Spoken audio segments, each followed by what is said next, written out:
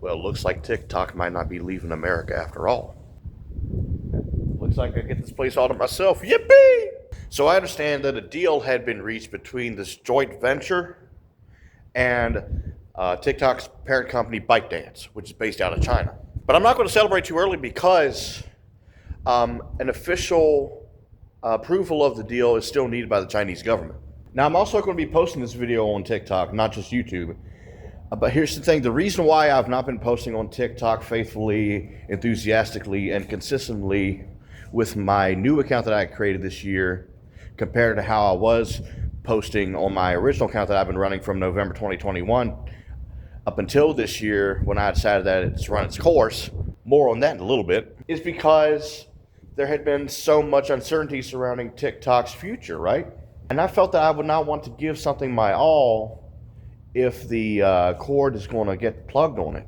And old account or new account, a lot's changed about TikTok. Now with my old account, that was a learning experience. I've had my highs and I've had my lows and frustrations. Oh, somebody's coming.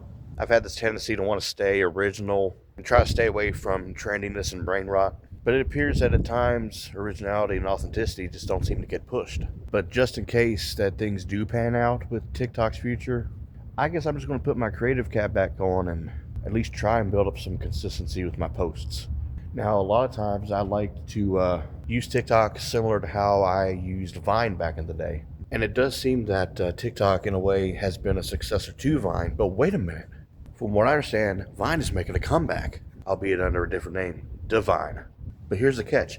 Unlike TikTok, YouTube, and Instagram, it seems that there's going to be the zero tolerance policy towards AI-generated content. And in spite of speculations and concerns that I have about AI myself, I've come to incorporate the use thereof with my content creation. But it is important for content to have, that human presence and ingenuity.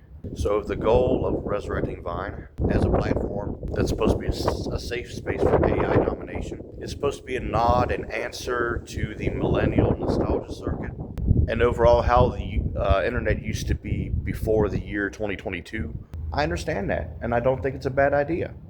All right. I get to use my outdoor voice again. Now, I used Vine myself back in the day, and some of my favorite Vine creators were like Thomas Sanders, Daz Black, Megan McCarthy, Jimmy Merle, Ryan Viglioli, Corey Shear, just to name a little handful there, and Logan Paul. But would a resurrected Vine surpass the success of its original run? Or would it simply be out to fulfill a nostalgia niche? Now, I think Divine is under some beta trial run or whatever you call it. But what I'm getting at is that now that I have gotten so acquainted with incorporating AI editing in my content, it's not going to be allowed there, then I'm not going to be salty about it. On that wise, I would rather be a member of the audience than be a participating content creator. And I'll stick with what I know and have gotten accustomed to. Now, if things don't fall through with TikTok, I might reconsider what I just said about not being a Divine creator. Then perhaps the skills and strength and style that I would like to offer to TikTok, I could just shift those towards YouTube and Instagram. But look, whether it's for the short term or the long term, I think I am going to reassert my presence on TikTok. And I should do it for the fun of it. And whether or not I get a push, I should want to create content there or anywhere else for fun. I mean, it is a pastime hobby. I don't do this for money. I would rather make an honest gain by the sweat of my brow.